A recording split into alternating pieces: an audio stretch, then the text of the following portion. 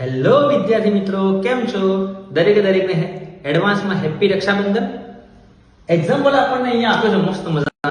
એમાં આપણે x ની કિંમત શોધીશું. તો આપણે લખીશું sin 2x બરાબર sin 60 ની કિંમત √3/2 cos 30 ની કિંમત √3/2 માઈનસ ના માઈનસ cos 60 ની કિંમત 1/2 sin 30 ની કિંમત 1/2.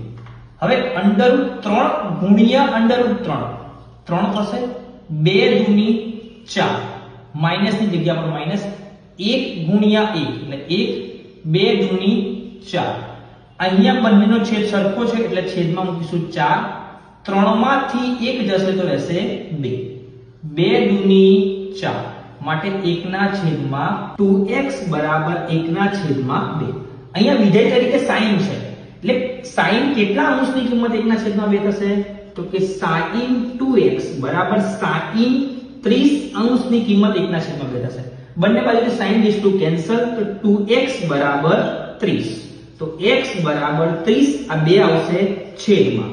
તો x બરાબર 15 દૂની 30 તો 15 અંશ આવશે.